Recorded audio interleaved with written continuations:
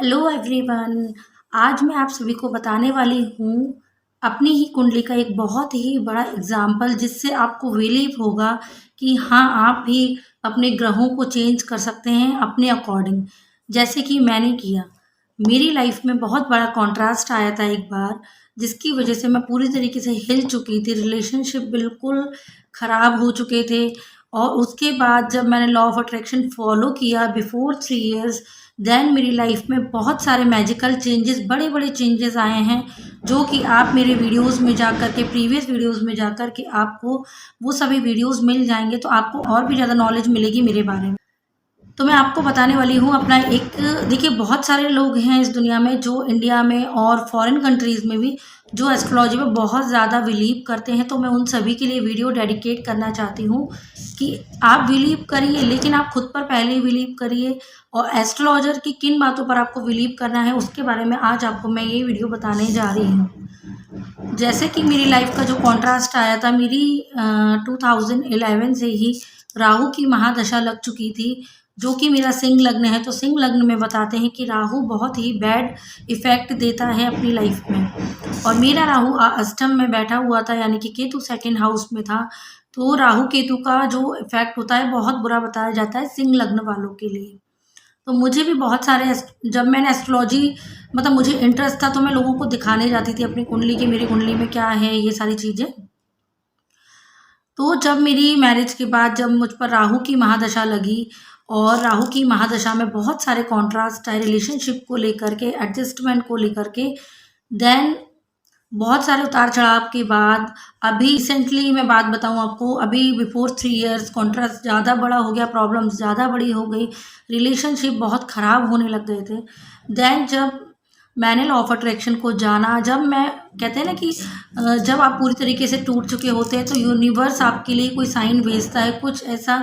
जब मैंने जितने भी लोगों का देखा है अभी तक वीडियोस, और जितने भी लाइफ कोचेस हैं लॉ ऑफ अट्रैक्शन के, उनके भी मैंने जो पास्ट एक्सपीरियंसेस देखे उनकी लाइफ के बारे में, तो जब वो पूरी तरीके से टूट जाते हैं, जब वो बिल्कुल निराश हो जाते हैं, हताश हो जाते हैं, तो उसके बाद उनकी लाइफ में आती है आशा की एक नई किरण, जिसको कहते हैं हम लॉ ऑफ अट्रैक्शन। और लॉ ऑफ अट्रैक्शन आने के बाद उन सभी की लाइफ में, हम सभी की लाइफ में मैजिकली चेंजेस होने लग जाते हैं, जो कि अनएक्सपेक्टेड होते हैं। और लॉ ऑफ अट्रैक्शन पे बिलीव तभी होता है जब हमारी लाइफ में कुछ पॉजिटिव इम्पैक्ट पड़े उस चीज़ का। तो मेरी कुंडली देख कर के बहुत सारे लोगों ने, बहुत सारे बड़े-बड़े एस्ट्रोलॉजर्स ने मुझे बोला था कि आपका जो, मेरा अभी लास्ट 1 ईयर मुझ पर राहु में केतु की अंतर्दशा चली थी। तो मेरे लिए ये कहा गया था कि आपकी शादी कैसे भी नहीं चलेगी, आपका रिलेशन टूटने की कगार पर आ जाएगा, और आपका डाइवोर्स की कंडीशन बन जाएगी। ऐसी-ऐसी प्रेडिक्शंस, इतनी वर्स्ट प्रेडिक्शंस मेरी कुंडली के लिए, मेरे लिए की गई थी राहु केतु को देख कर के। राहु की महादशा में केतु की अंतर्दशा आने वाली है, और आपके साथ ऐसा-ऐसा होने वाला है। तो आप मानिए, क्योंकि मैं लॉ ऑफ अट्रैक्शन फॉलो करती थी, तो मैंने इन सब चीज़ों पर उतना ही बिलीव करना चाहिए जितना लॉ ऑफ अट्रैक्शन वाले करते हैं। जो लोग लॉ ऑफ अट्रैक्शन फॉलो करते हैं वो समझ ही सकते हैं। लेकिन कोई भी लड़की होगी, तो किसी के बारे में कोई ऐसी प्रेडिक्शन कर देगा, तो अगर मैं भी नॉर्मल पीपल की तरह होती, मेरा भी अगर लॉ ऑफ अट्रैक्शन से कोई रिलेशन नहीं होता, लॉ ऑफ अट्रैक्शन को नहीं जानती, तो मैं भी बिलीव कर लेती ना उन एस्ट्रोलॉजर पर। क्योंकि मैं उनका नाम नहीं लेना चाहती, लेकिन वो जयपुर के ही बहुत बड़े फेमस एस्ट्रोलॉजर, उनको आए दिन अवार्ड्स मिलते रहते हैं। उनको मैंने अपनी कुंडली दिखाई थी। मतलब मेरा फेसबुक पेज है एस्ट्रोलॉजी का, तो वहाँ पर वो भी थे ऐड। तो उन्होंने मेरी मेरी उनसे बात हुई, तो मैसेंजर के थ्रू मैंने उनको अपनी कुंडली दिखाई, और फिर उनसे मेरी कॉल पर भी बात हुई। तो उन्होंने जब मेरे बारे में ये बोला, और एक और अपने आप को बहुत महान, बहुत बड़ा ज्योतिषकार बोलते हैं, उनका भी मैं नाम नहीं लेना चाहूँगी, तो उन्होंने भी मेरी लाइफ के बारे में प्रेडिक्शन किया कि नहीं, आपकी लाइफ में तो बहुत बुरा, मैरिड लाइफ बहुत बेकार जाने वाली है, और इस राहु में केतु में आपके साथ बहुत बड़ी कोई कंडीशन, ऐसी सिचुएशन पैदा होगी, जिससे आपके डिवोर्स की कंडीशन हो जाएगी, शादी नहीं चलेगी। इस तरीके की नेगेटिव बहुत सारी प्रेडिक्शंस की थी मेरे बारे में। बट वो राहु में केतु का अंतर्दशा निकल चुकी है लास्ट ईयर। और मैं आपको ये बताना चाहती हूँ कि जो भी ज्योतिष थे, जो भी एस्ट्रोलॉजर थे, उन्होंने मेरी इस तरीके की प्रेडिक्शन की थी, उनकी एक भी बात सच नहीं निकली। उन्होंने जो बताया था रिलेशन खराब होगा या टूटेगा, तो टूटना तो दूर, सिंगल बार लड़ाई तक नहीं हुई हमारे रिलेशन में। तो मैं भी आपसे यही कहना चाहती हूँ। तो वो ऐसा क्यों हुआ? क्योंकि मेरे माइंड की पावर उन एस्ट्रोलॉजर की पावर से बहुत ज़्यादा थी। क्योंकि मुझे बिलीव था, यूनिवर्स के ऊपर बिलीव था, खुद पर बिलीव था कि मैं नहीं चाहूँगी जब तक ऐसी सिचुएशन कैसे आ सकती है। आपको भी अगर किसी एस्ट्रोलॉजर ने ऐसा बताया है, तो आप उनकी बातों पे बिल्कुल भी बिलीव मत करिए। आप सेल्फ पर बिलीव करिए, सेल्फ लव करिए। क्योंकि अगर हम खुद पर बिलीव करते हैं, तो हम उनकी बताई हुई बातों को भी हम झूठा साबित कर सकते हैं, जैसे कि मैंने किया। और अगर मैं नॉर्मल पीपल होती, तो मैं अगर उनकी बातों को मान जाती, तो मैं टेंशन लेने लगती ना कि अरे, उन्होंने मुझे बहुत सारे उपाय भी बताए, मैंने वो भी नहीं किए। सिंपल मैं गणेश जी की पूजा करती हूँ शुरू से, तो मैंने वही मैं करती आ रही हूँ। मैंने ऐसा कुछ भी कोई बड़े हार्ड एंड फास्ट पूजा वगैरह नहीं कराई, कुछ नहीं कराया। सिंपल जो गणेश जी की पूजा होती है वो करती हूँ मैं बस, वो भी एवरी वेडनेसडे, और डेली की जो पूजा होती है वो करती हूँ मैं।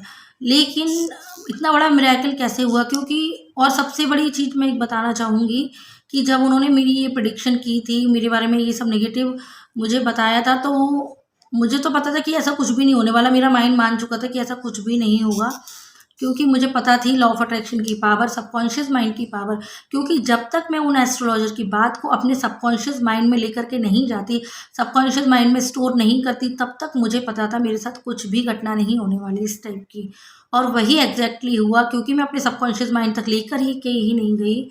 उस बात को मैंने इग्नोर कर दिया, नहीं ऐसा नहीं हो सकता। मैंने उनको भी बोला था ये चीज़ नहीं हुआ। उन्होंने बोला मैं तो बहुत बड़ा एस्ट्रोलॉजर हूँ, जिसकी भी भविष्यवाणी की उसकी सच निकली।